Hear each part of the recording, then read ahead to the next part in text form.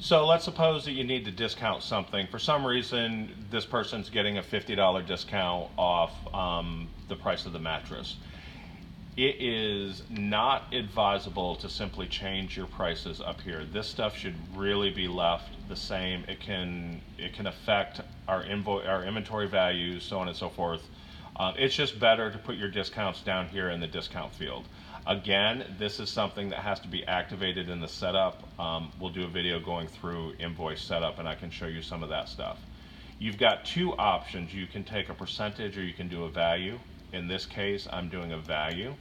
I'm typing in $50 or 50 because that's what I'm taking off. You can see it shows -50 here. So if you're just giving them $50 off because it's a display or something like that, you put in $50. Now let's suppose you tell them you're going to give them 10% off because it's a whatever. Then Yep. you use discount percent rather than discount value.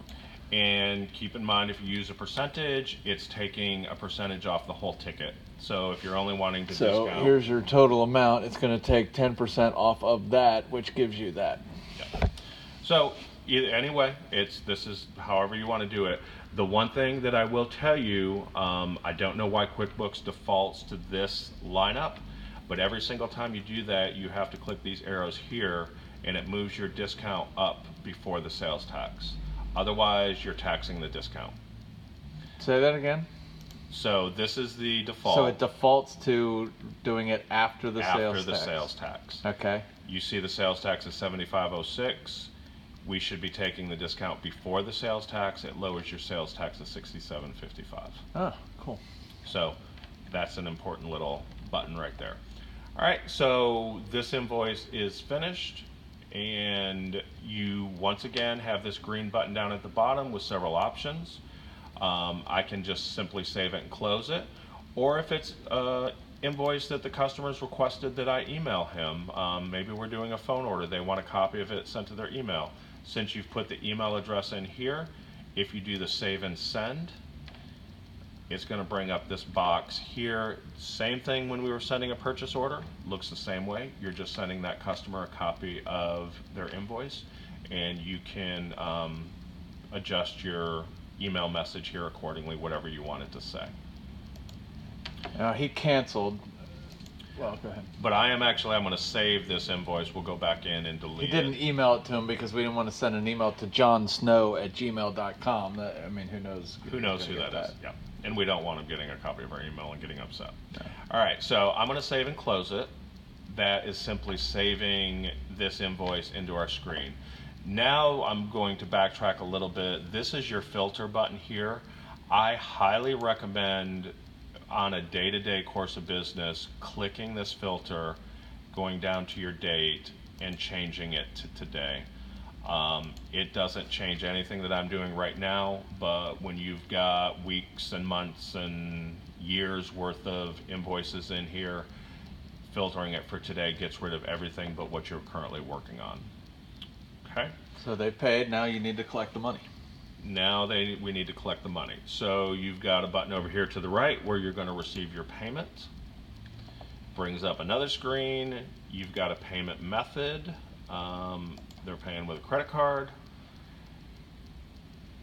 This defaulted to undeposited funds, which is fantastic.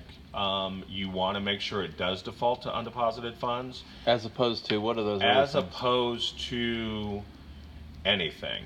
You really want this to, whatever this may show, you want this to say undeposited funds.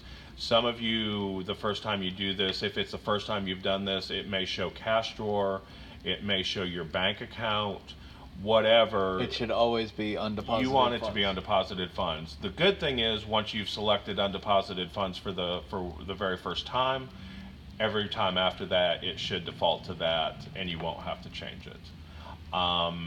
As long as they're making one payment for the whole invoice, it's going to default to the total amount here, and you can save it. Now let's suppose they were only making a $100 payment toward it. They were putting it on layaway or something like that. So you just type in $100.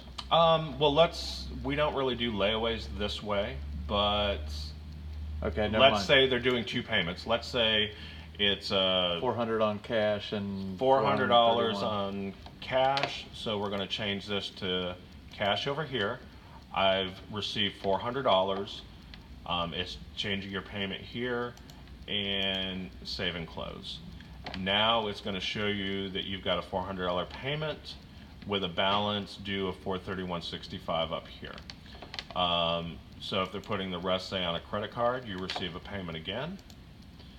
Do a credit card, it again defaults to whatever the balance due is, and then save and close. Now you've got a paid invoice that you can literally print a copy for the customer that shows paid. You know, depending on how you do, you know, operate your individual stores, my delivery guys are instructed not to deliver anything that does not show paid, does not have a paid invoice attached to it. Perfect. And that's how you create an invoice and receive a payment.